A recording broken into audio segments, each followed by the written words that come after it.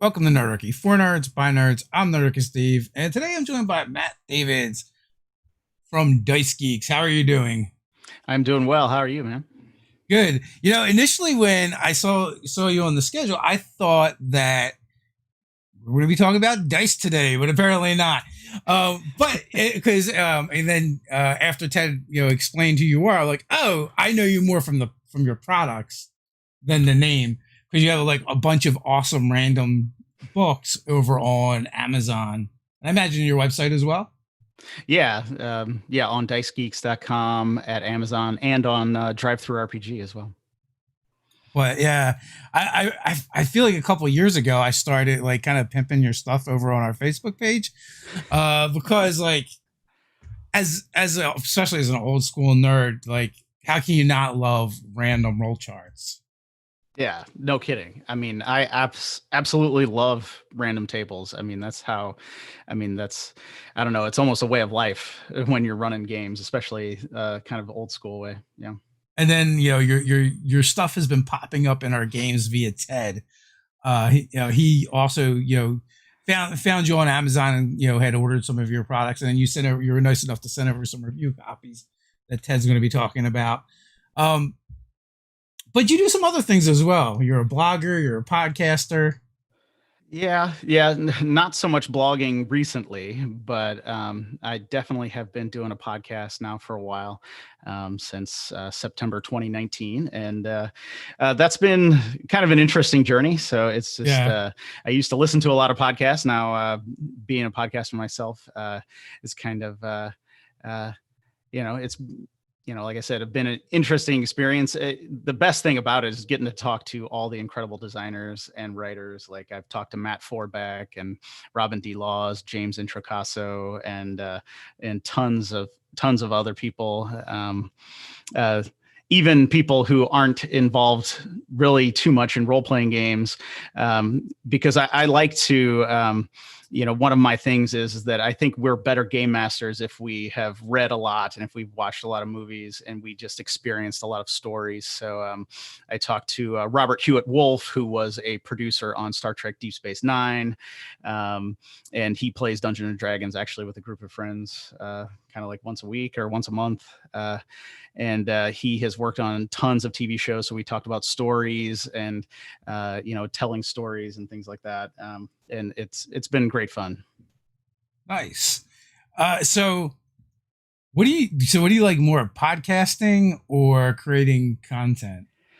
Well, I mean, I guess podcasting is creating content, but I Yeah, I should say, what medium do you like better? yeah, I like writing the books better. I like putting together the books better. Although, like I said, doing the interview part of the podcast, I really enjoy because I get to talk to some really cool people and hear a lot of ideas and ask them their game mastering advice, and they tell me all their best tips. So I'm just collecting all of those things together, and so I can use them in my games. So yeah, I like creating the books, and I've created 20 books so far, so it's a lot of fun.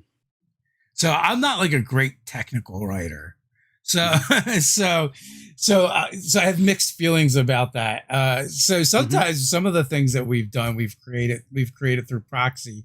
We'll do videos on stuff and send it to writers, Mm-hmm. and then they will then turn those ideas into products, which has been fun because one, it's like we still get our ideas out there, but it's also cool to see what other people do with them and Mm-hmm. how they interpret them, Yeah. and especially when it's done by someone who can write much better than we do.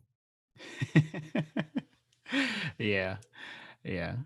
So, are you usually the GM or a player? Oh gosh. Uh, it's kind of weird. I'm actually playing right now, but I am usually always the game master. Just like, especially when I was growing up, I've been playing since I was 9. I mean, I was just the game master for like decades. So, but I'm taking a break now. I ran like a year long Curse of Strahd campaign, and graciously, some of my guys in my gaming group have given me a break, and so I'm playing right now. Yeah, I feel you there. I mean, before the internet, it was much harder to break the shackles of the forever GM. But once you like introduce gaming online, I feel like it does get quite a bit easier. Yeah, yeah, Do yeah. I you think so do you so. prefer GMing or do you prefer playing? Oh, I don't know. That's hard to. I mean, it's really hard to say because I love running games. I love being the game master, um, but it I do get burnt out. I do get burnt out, and I think it is good to give people a break sometimes. So, you know, so like after running this Curse of Strahd campaign for a little over a year, I was pretty much done. The last session we ran, I was kind of just like, yay, it's over. And you don't really want your game master to be in that place. So it was really good to get a break. So I enjoy both. I mean, I really do enjoy playing. um and but it's just I mean, I'll have an idea or 12 ideas for campaigns here in the next few weeks, and then I'll be wanting to run something by probably January or something again. Yeah, I definitely know that feeling. More recently, I had kind of like looked around and like, hey, I haven't actually run a regular game in what feels like forever. Mhm. Um, so I was like, we need to remedy that. So now I'm running a couple games that are fairly regular. I had been running like games that were kind of like more casual and sporadic, and we have fan games, so I would run those, and pick up games or whatever. But I just had gotten to a point where I got spoiled. Really, there was just like so many games for me to jump in and play, and no one was like asking me to run games, so I was just able to like enjoy being a player for a while. Yeah. Yeah. Yeah, it is fun to play sometimes. So I'm having fun right now. I was playing in two different campaigns, but one guy had to shut his campaign down, so I'm just playing in one now. But it's a lot of fun. Yeah. What games were you playing? We're doing 5e right now. Um, so one of the guys in my gaming group, he wanted to do kind of like a Forgotten Realms, but post-apocalyptic Forgotten Realms. So he's calling it like Shattered Realms or something, and we're having a lot of fun doing that. So yeah, we're playing 5e, and then I had run Curse of Strahd. So yeah, we the last few years we've been playing a lot of 5e. Nice.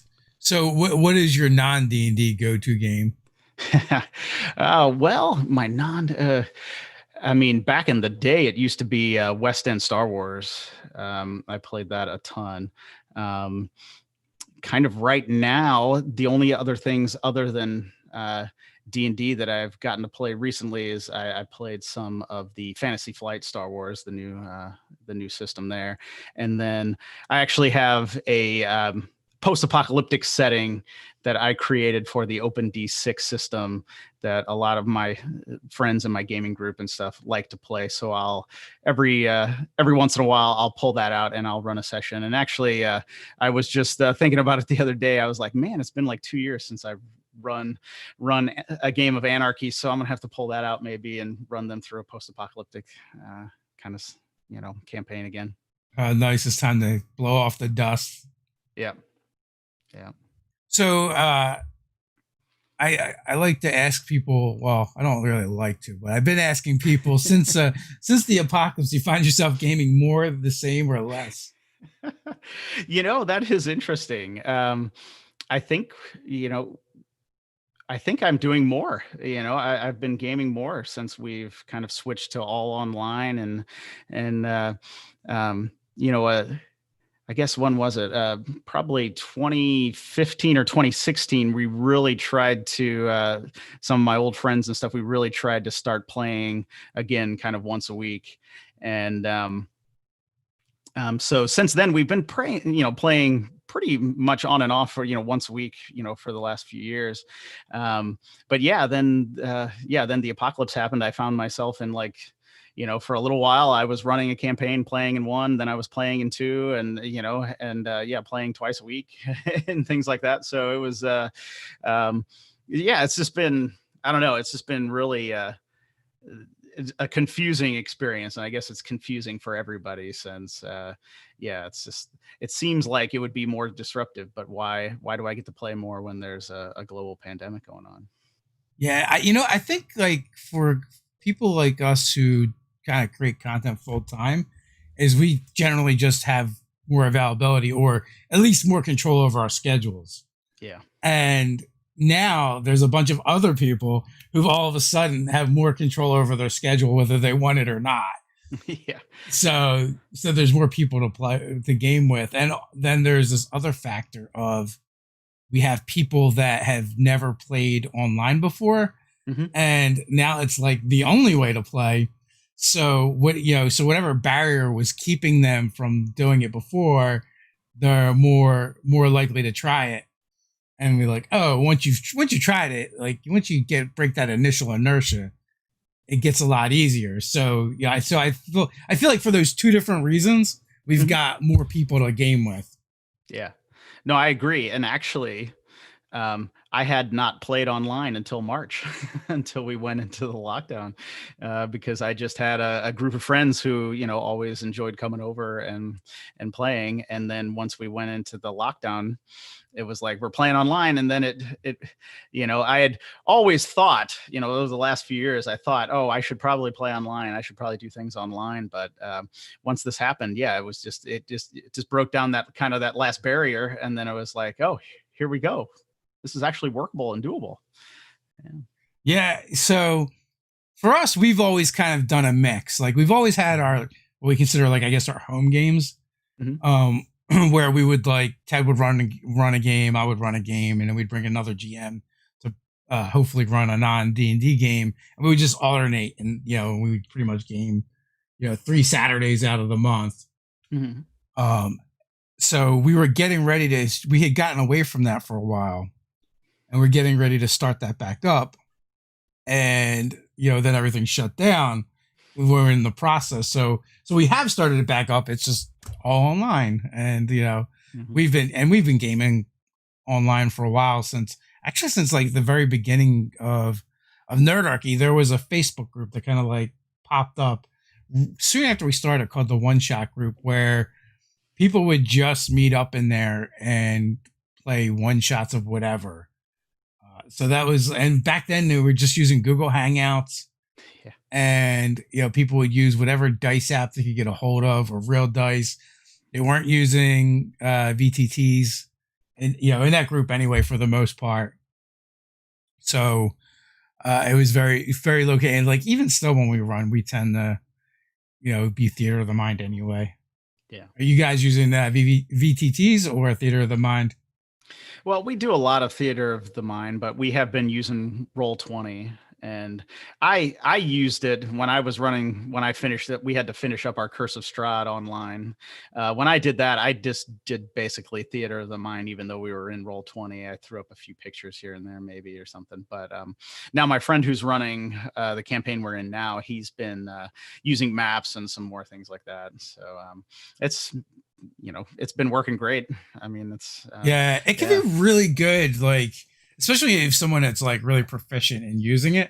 Mm-hmm. But I've also seen, we were playing one game and we had a handful of younger players and a mix of older players, and there was at one point where everyone grabbed their token and they're like going all over the place, trying to go all over the place at the same time. And I was just thinking, if I was the GM, my head would be exploding right now. Because partially it also takes away the turn-based nature of D&D a little bit, because the players do have the control to be like, just do whatever. And especially if you're not in combat anyway. Mm-hmm. We still need that kind of like turn-based just to keep the chaos at bay, right? Yeah. And I found that too, because when we first started using some of the tokens, since I'm not running the game, I just feel like, oh, I'll just move my guy over here. And then I realize I'm not telling the game master what I'm doing. Right? Yeah. So it's a bit of a mixed bag, right? Because it's like, oh, it makes some things a lot easier. And also like you can just visualize it. So because we're visualizing, we don't feel the need to verbalize, which I think like RPGs lose something when that happens a little bit. Yeah. Yeah. I can see that. Yeah. Yeah, they're based around communicating. So, Mhm. do you prefer homebrew or printed materials from the official stuff, like Ravenloft? Yeah. That is kind of an aberration. Running Curse of Strahd was, uh, I just wanted to kind of run something that had been published. Usually, I just make up all my own stuff. Yeah, Yeah, uh, because since I like to, and I guess it's because I have experience. I've been running games since I was 9 years old. So when when I run a game, I like to go no prep, right? Like I yeah, just run no prep, and what I mean by that is I think about stuff, right? I think about stuff while I'm driving or taking a shower and stuff, or walking or whatever, or watching a movie or reading a book. I think about stuff. So when I like to do my own homebrew stuff, so frankly, so I don't have to read a ton of stuff and that's published or whatever. Now I will use maps and things that are published, because some of the maps are fantastic. So I'll grab some maps out of things or something like that, or use those. But yeah, I'm usually pretty much all homebrew. But I had heard some really good things about Curse of Strahd, and I hadn't run anything that was published in a long time, so I decided to go ahead and do that, and it was a lot of fun. It was it was a great campaign. But yeah, I'm definitely going to go back to doing homebrew stuff, just because, like I said, I mean, you can just, if I'm just thinking about it, I can run it without spending time in prep. Like Curse of Strahd, I had to read the book. I had to, refresh my memory on certain things, while I was doing that. And, if I'm just running something that I'm not, no prepping, then, I don't have to do any of that. I can just kind of show up like a player does. yeah. Just show up, show up with something that I had been thinking about, and kind of just go from there. When you ran Curse of Strahd, did you mod it at all, or did you just run it as is? No, I changed it all.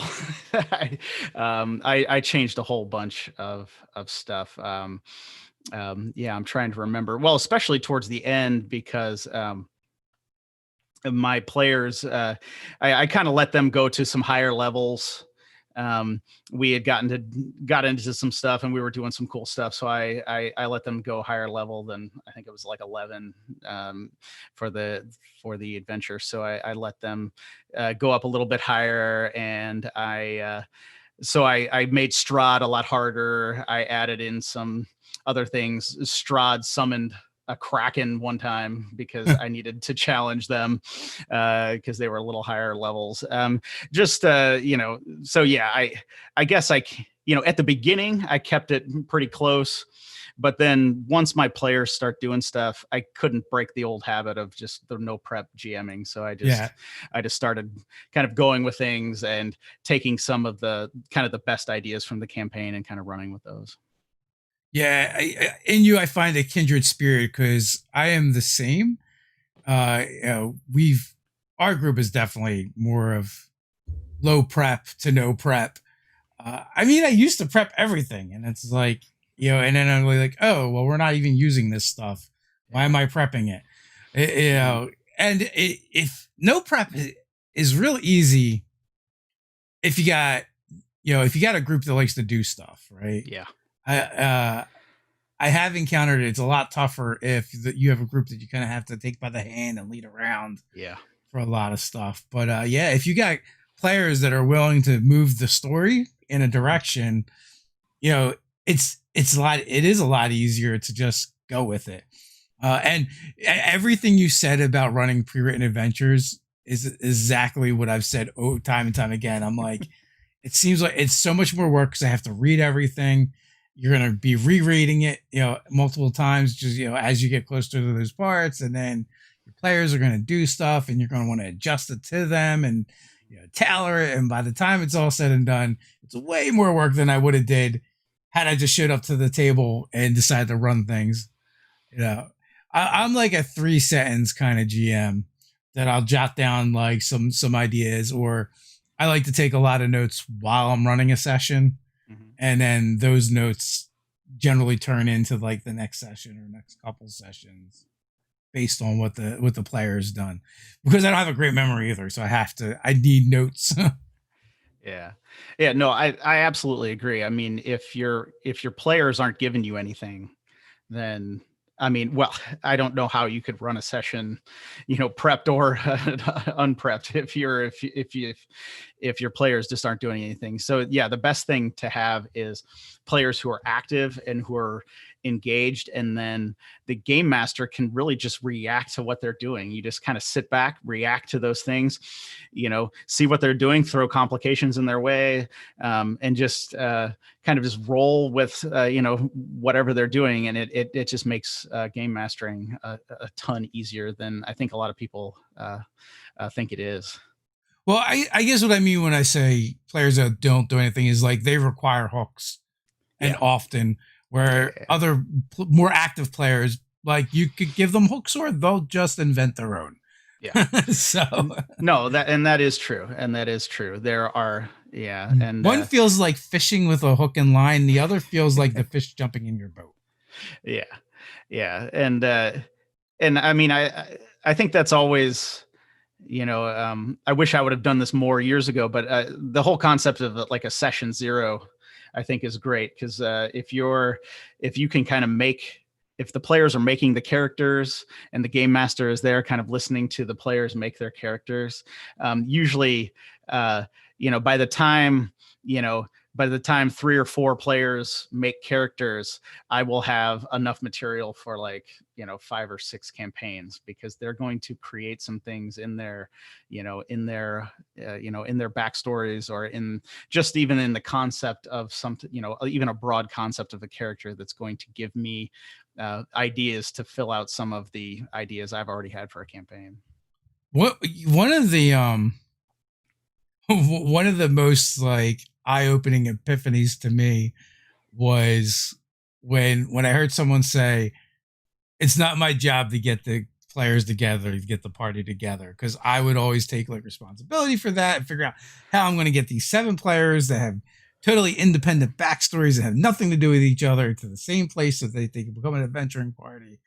And I think it was SR2 Joker, when he used to do videos on YouTube, and I was watching one of his videos, and he's just like, I just don't. It's up to them.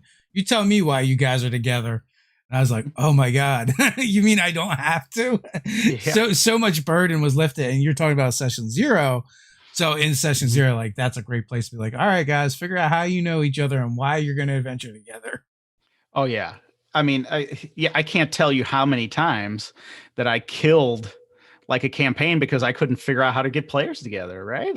And I was just trying to do all that heavy lifting and stuff. And I think I learned that from the old Star Wars West End, the West End Star Wars game. They had a thing on your character sheet where the player was supposed to write down how they were connected to other characters. And I think that's when I started realizing that it's like, oh, right. This other thing I've been doing for years is so stupid. Why am I doing this? Exactly. It's a waste of time. So it's just all the players, you tell me how you guys know each other, and then I'm going to tell you what you're facing right now, or something like that.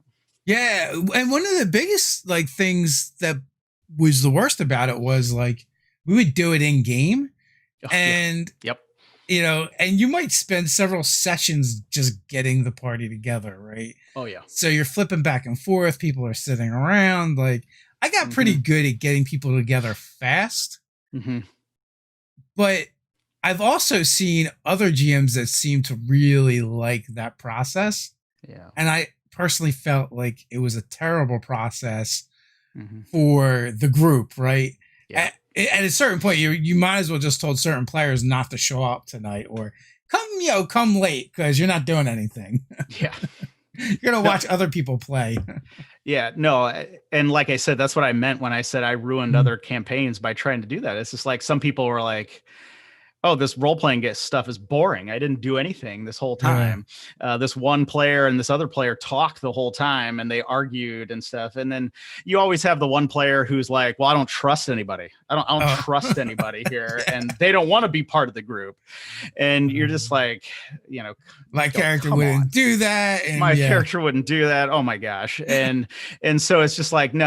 When you come, tell me why you all like each other and you're all together in a group. And then we can do something. But and two, I mean, it just does reflect it kind of some of my ideas with stories, learning from other stories and things. It's just like, you take maybe the original Star Trek or Star Trek The Next Generation as an example. They're all together already and they're all working together, right? Like you don't get the story of them all coming together in one place and then trying to form together a little bit. I mean, we got a little bit at the beginning of Star Trek The Next Generation, but it's just like, why don't a lot of shows, TV shows or books kind of show us all the people getting together? It's because it's boring. Yeah. Until you like all of those characters, until somebody likes all of those characters and you're, then we get some of the backstory of how they came together or something like that. And like you were saying, it's just, I wasted so much time doing that. And I broke so many games. We just sitting around for 4 hours trying to get one person to trust the other 6 players. And it's just, it was a nightmare. Yeah. But, fortunately now you kids have the internet and you can see the differences and the different ways people do these things. It's so much easier. There's so much information out there. Yeah. We learned in these little vacuums, these little bubbles, and you just played the game kind of like however the person probably who taught you how to play the game did. If you were lucky, like there'd be some cross-pollination from different groups and you might then get exposed to some new ideas. Yeah. But, I was totally in a vacuum, right? I mean, like, the person who introduced us to D&D when I was 9, right? I mean, he ran some sessions for us over the next few years, I guess, but it was just like, I started, running games, the next day. Yeah. I ran my mom through a dungeon the next day after I played the first time. And, and it was, I was 9, right? And so, you had a very good mom. Oh, she's awesome. She's awesome. She probably doesn't remember. And she, if I ask her, I always think I should ask her and she'll probably say, oh yeah, I hated that or something. Yeah. So I'll just leave it alone. I think it's time for you to do an actual podcast and then run your mom back through that dungeon. And run that would be fun. Yeah. That would be a good concept. You need a high concept now to do the actual play. So run your mom through a dungeon. There you go. But I don't know if she'd do it nowadays. But like I was saying, it was. I don't love you as much as I used to, son. Forget about it. Exactly. Yeah. When you're 9, I'll humor you. When you're your age now, it's like I don't have to humor you anymore. But like. I was running games when I didn't know how to run games, right? Like I was just, imitating what somebody, my only other game master had ever done, or I was trying to do some other things. Yeah. I couldn't hop on YouTube and see, an entire spectrum of people running every kind of game you can imagine, like you can now, and taking all of these things and, and putting them together. I mean, when I was at school, if I met somebody who ran a game, right, it was just like, oh my gosh, you run a game. It's like, how do you do this? And, I would try to ask them how do they do it. Usually they were players though, and their game master was at a different high school or something. Yeah. And also it was much harder because we didn't talk about gaming either. Yeah. Well, it was, if you talk too much about it, it was like too geeky. And geek was a bad word back then. Now geek is it's great. Now it's okay to be nerds and geeks. Yeah, I know. Yeah. Back then it was like, oh no, maybe somebody will find out. So, I mean, you've mentioned using other forms of media to kind of like inform your storytelling. And, getting inspiration from different places. Uh, is there any like really unusual places that you look to or have been inspired from that people would be kind of surprised about? You know, I don't know. I mean, I kind of uh, go to some of the main sources. I think you know uh, you know TV shows and movies are right there, obviously. So you probably no one would be shocked to know that I'm a Star Trek fan, I'm a Star Wars fan. I like science fiction, I like fantasy, so I watch a lot of those things.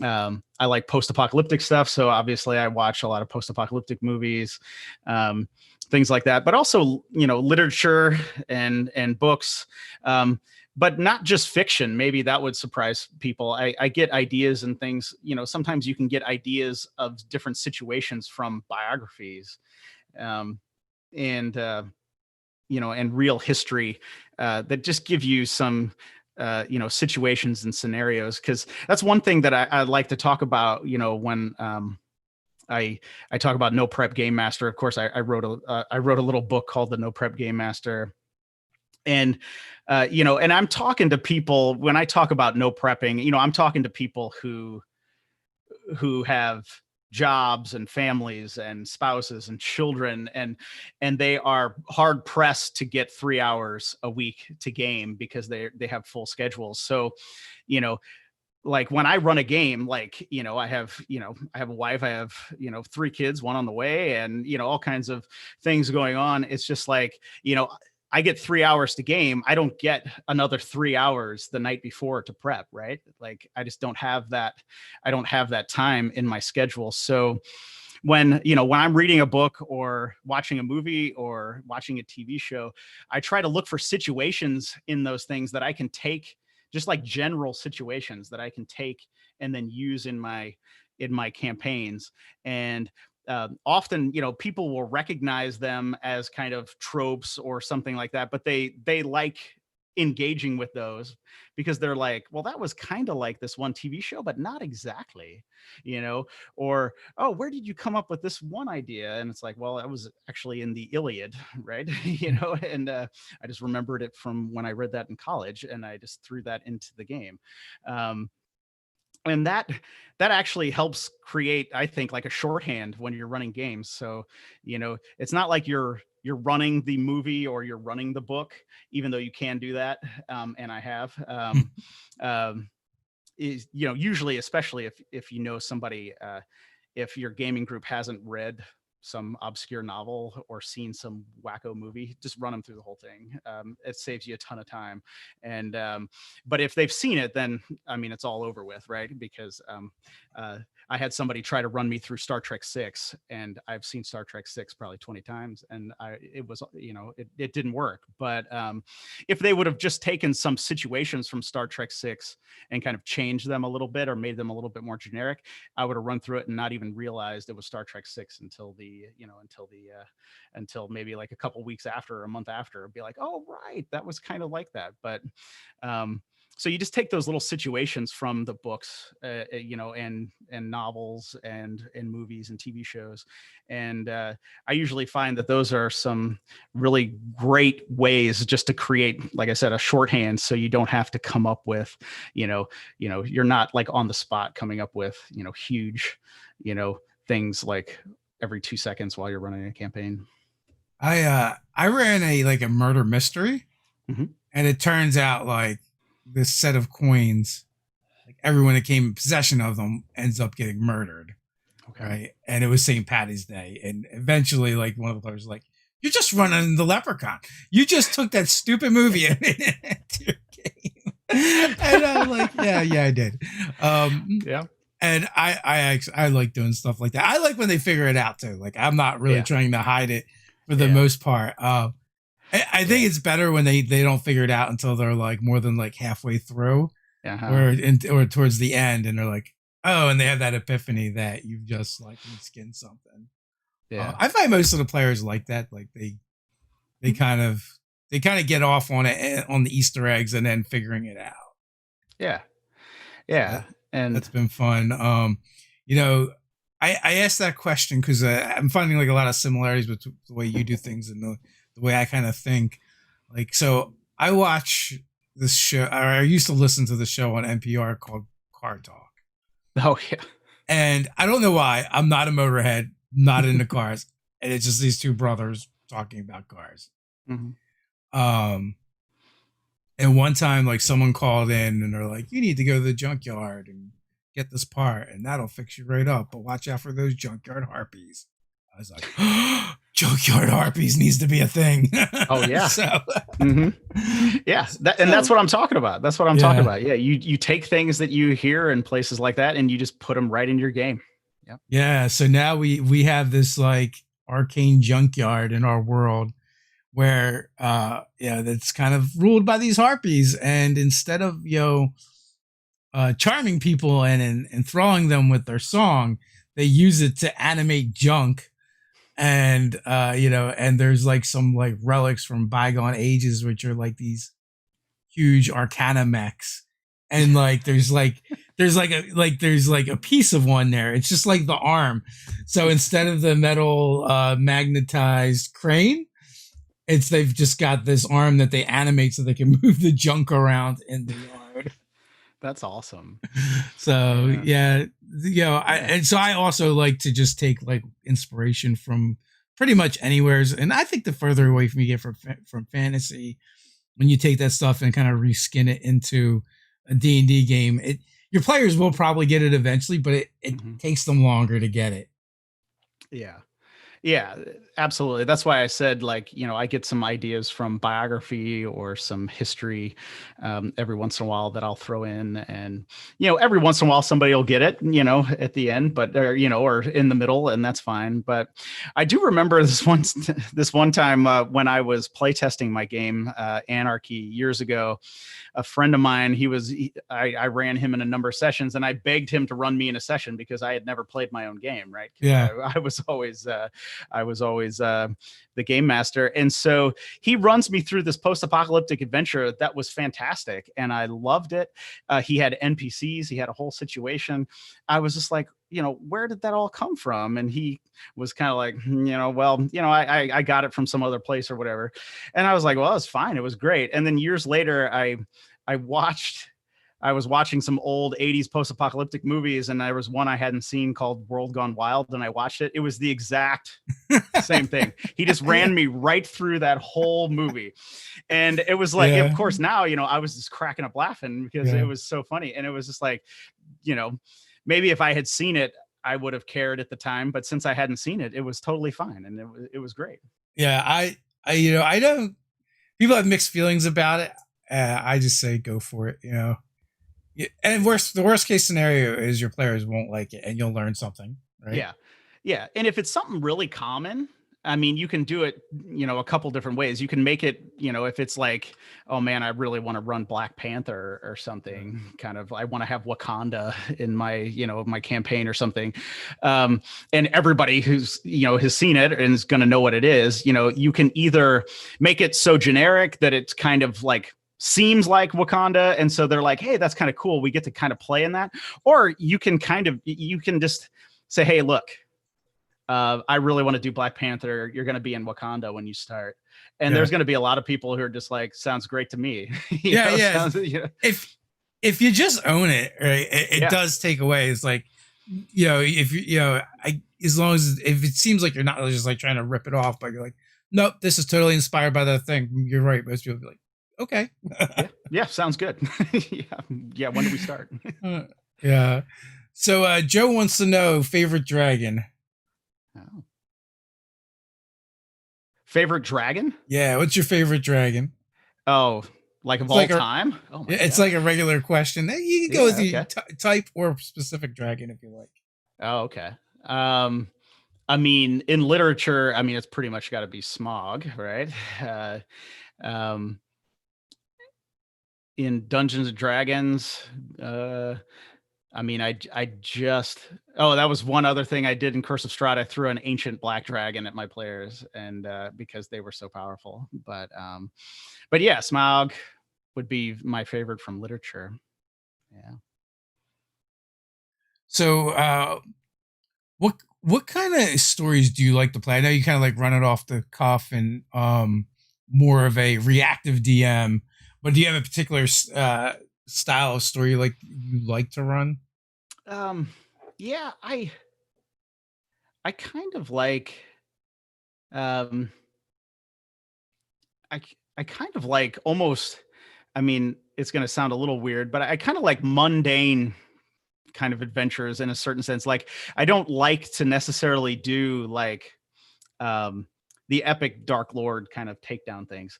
I like to uh especially in kind of Dungeons and Dragons, just like say, okay, so where are you all, have them all decide as we've gone over. Oh, Yeah. so okay, you're a group of adventurers, you've been adventuring.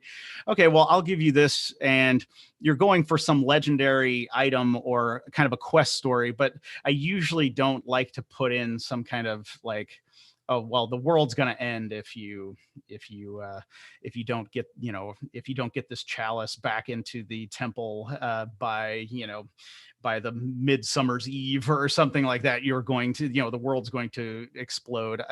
I like to run kind of just yeah, you're going on a quest, and you're finding some item or treasure, or sometimes the reverse quest, like Lord of the Rings, you have to take this one object to some other place, kind of thing. So I kind of like those things. I usually get more into the kind of the concept of the world. As we said, I usually, homebrew up something in the world. So I usually uh, enjoy creating kind of a cool world around my players, and then just let them do kind of stuff in that. Do you always use the same campaign, or do you or like the setting, the homebrew world, or do you homebrew something new every time? Oh, it's new all the time. um, uh, I mean, the closest I get to using the same thing is if I was running Star Wars or Star Trek or something like that, or my post-apocalyptic setting that I've created for the Open D6 system, which is called Anarchy, that basically has the same kind of world. Uh, uh, so those will be kind of the same. But if I'm doing Dungeons and Dragons, I did one campaign that I was calling the King's Road, where the players have to there's this white stone road that was built by this ancient culture that just kind of leads off, and it just keeps going like for miles and miles and miles to the east, and they have to take an item from where they are all the way to the end of where the road ends, and they don't even know where it ends. And so that's one world. But the next time I run D&D, it's going to be something totally different. It's just that's where I get my kind of creativity and stuff out, when I'm especially running, a fantasy like that. Yeah, I because I know some GMs will always just run the same world.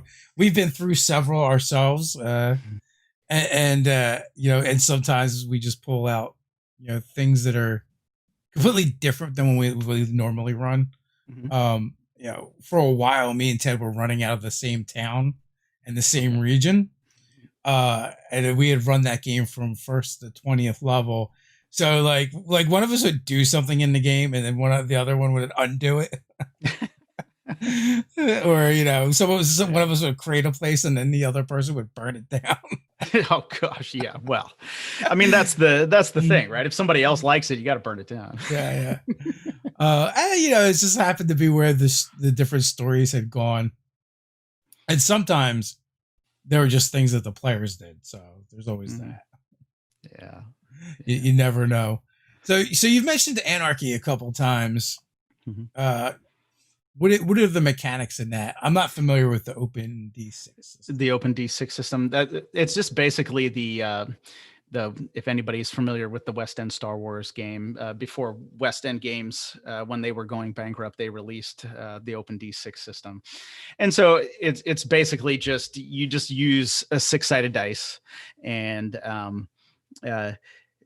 your skills, your skills and your attributes can tell you how many dice to roll. So if you have a 6D plus 2 on some skill, you just roll 6-sided dice and then plus 2 to it, and you beat a target number, usually 5 to 5, 10, 15, 20, 25 for something really hard. So it's a pretty simple system, and it moves pretty quickly. That's how I kind of went ahead and took that, since kind of years, back in the day, I played a lot of D&D when I was little, and young and teenage years and stuff. But then in my 20s, I played a lot of the Star Wars West End game because it was easier to get people into role-playing games. I was meeting a lot of people who didn't play. So, it was an easy sell saying, hey, Star Wars, do you know Star Wars? They're like, yes.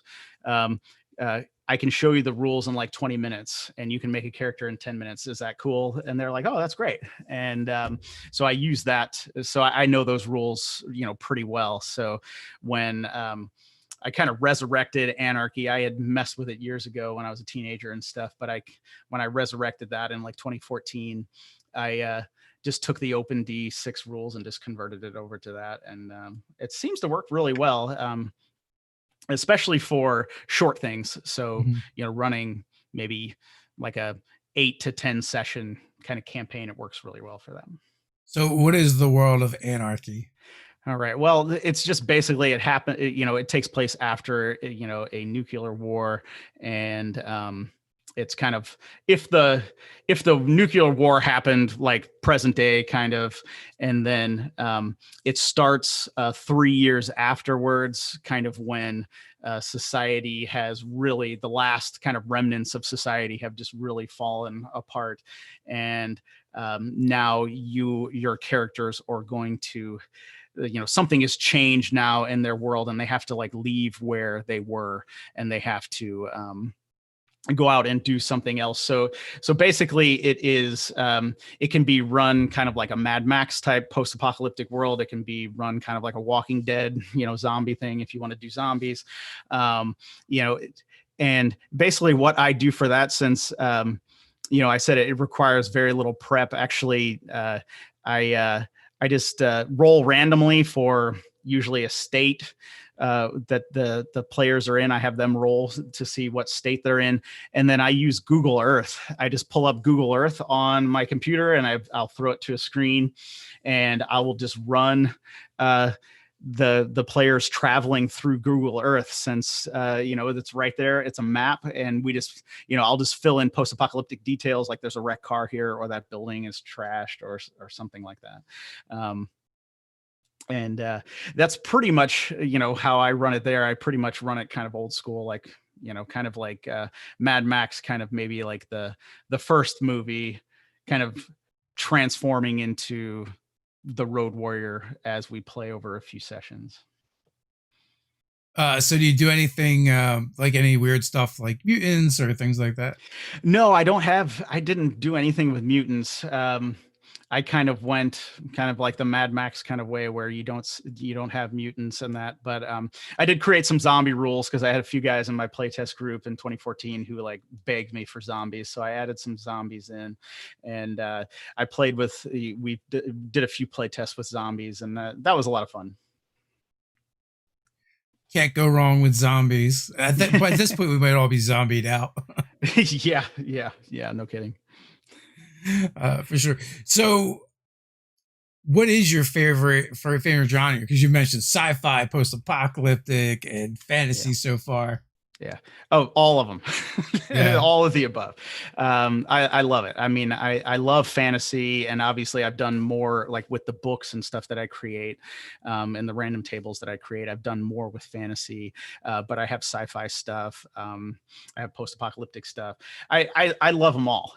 I love the kind of, the far future stuff, like kind of the Star Wars universe, the Star Trek kind of utopia universe. I love the post-apocalyptic stuff. I love fantasy. I mean, just all of them. Yeah. All of them. Yeah. How do you feel? Are you a purist, or how do you feel about genre mashing? What is it? Genre mashing? Oh, genre mashing. Yeah. I kind of like it. I mean, I think there are better ways to do it. Obviously, Star Wars did a really good job with getting swords into, a sci-fi-ish, sci-fi fantasy kind of universe. So yeah, I like it. I mean, it kind of depends on, what it is here or there, or if it kind of makes, I don't know if it's not like realism, but plausible. If it's plausible in the universe, then I think mixing up some genres is great. I know there's some great ones out there that use kind of a fantasy world that takes place in what is a post-apocalyptic world, and kind of things like that. So, I mean, I guess probably the most famous one would probably be Shadowrun. Yeah. And sadly, I love the concept behind Shadowrun. I've just never been able to play. I remember, I think it was years ago, what was it, like the 3rd edition? Me and some of my friends made characters, but we never got to play. So I have not got to play Shadowrun, but I do enjoy that concept, and I think it is. I think that is really cool.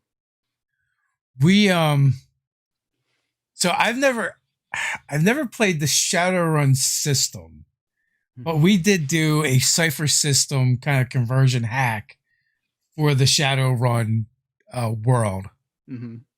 So that was a lot of fun.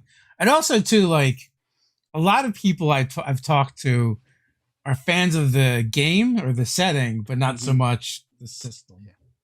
Yeah. I find that to be the case as well. And yeah, I would love to play. So I would love to play, but I have heard things about the system that people aren't fans of it. Yeah, it just seems a bit overly complicated. A lot of subsystems. It's a game that was truly thought of in the 80s. Oh, so. Yeah. I was just gonna say, well, it came from that time period. I mean, yeah, everything was complex. It seemed like your system was kind of judged on how many tables and charts you could like squeeze into it. Yeah.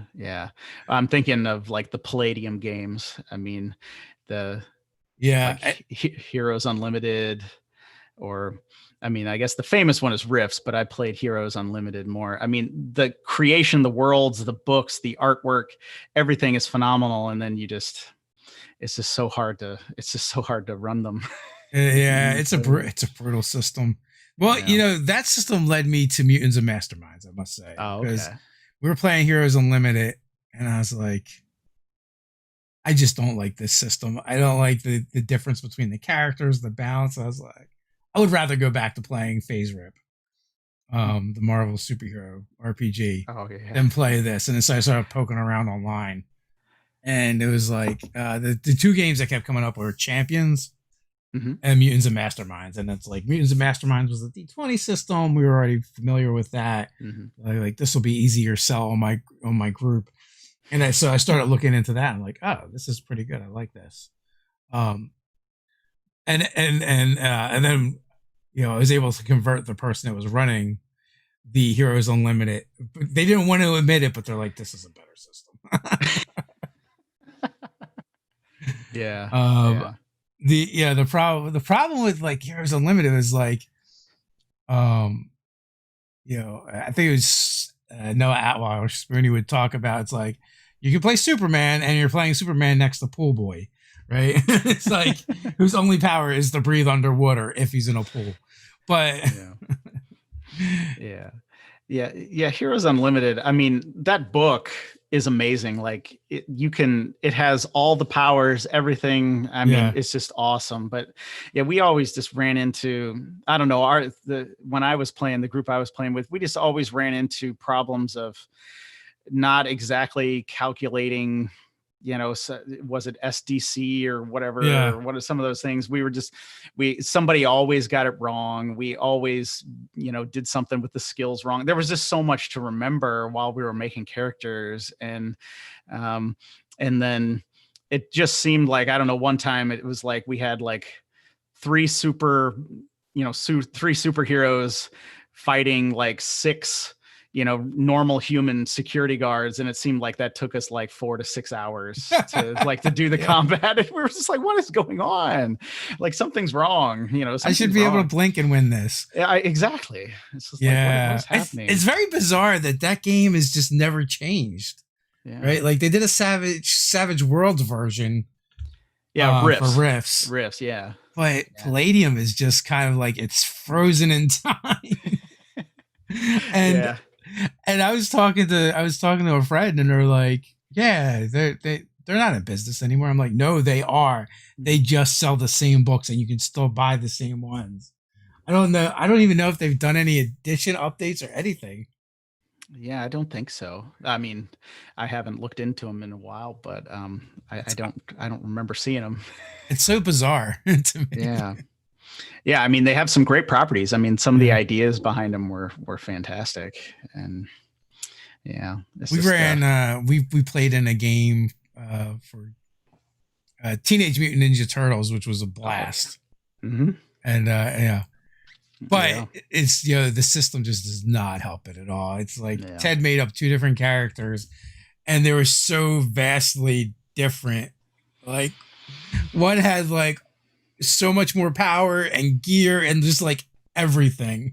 yeah, yeah, Uh, yeah. I think I remember. Yeah, one character that had something like it was like invulnerability, immortality, and super strength, and then another character like in the same group had plant control and minor fireballs. A fireball is a minor power, and you're just yeah, like, well, those would be cool in real life, but not next to somebody who is, Superman or Apollo or something. It's just like a demigod or something. Doesn't work very well. yeah. Well, that's why like. I mean, Marvel Phaser also could have that swinginess as well because when it was designed. Um, but like Mutants and Mastermind, they actually handled like balancing it out fairly elegantly, and Okay. it works pretty well because they have a power level system, Okay. and everyone is at the same power level, right?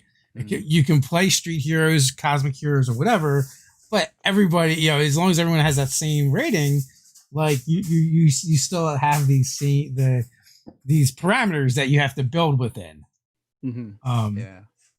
and oddly enough, you could make almost any kind of superhero at any of those levels, right? It would just be Mhm. scaled, right? Yeah. Your speedster would be as fast as a car instead of being able to get around the globe at the lower tiers, right?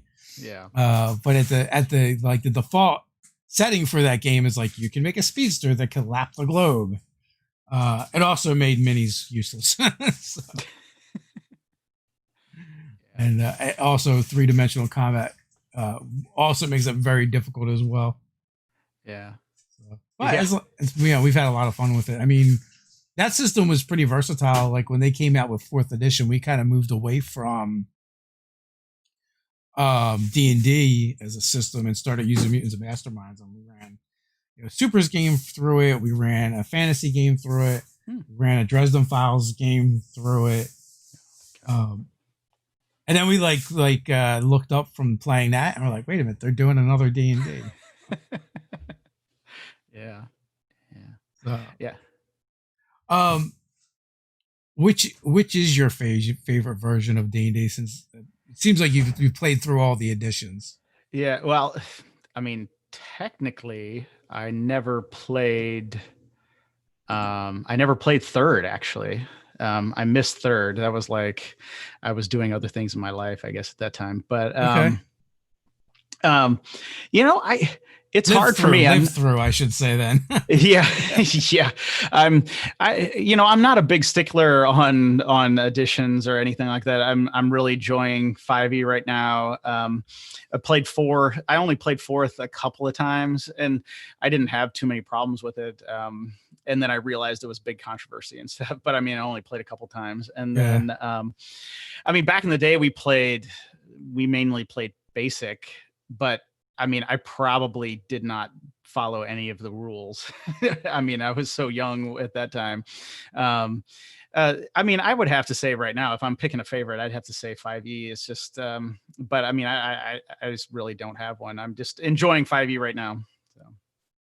That's fair enough. I mean, we've played through all of them. I mean, even 4e that gets a bad rap in certain circles, we played for at least a year and a half. Mm. Oh, the only thing I can really say about that system is like its differentness from the rest of the editions Mhm. made it really easy to move away to other games. Mhm. Um, so in some regards, it kind of did us a favor. It like expanded our horizons for a little while because our group had been so like D&D centric for so long. Mhm. You know, but again, I also didn't have a problem with that system. It was just different things. I like, you know, I like all the things that they pulled into 5e from it, and we couldn't have gotten 5e without a 4e, right? Mhm. Like there was a lot of concepts that I feel like people didn't like how they were presented, but actually liked them because they're using them now in 5e and they don't have a problem with it. So Yeah. it's been a lot of fun. Yeah. So we're up on the hour mark. And as always, folks, in the description, you can find all the links to check out Matt, his podcast, his products, website, all that good stuff. After this isn't live anymore, it'll be in the pinned comment as well. Final thoughts before we head out, Matt? Um, no, not really. I mean, I just really appreciate you having me on and talk. I mean, I could talk about role-playing games all day. So I really appreciate that. And yeah, thanks for having me on. Well, thanks for being on. Until next time, stay nerdy.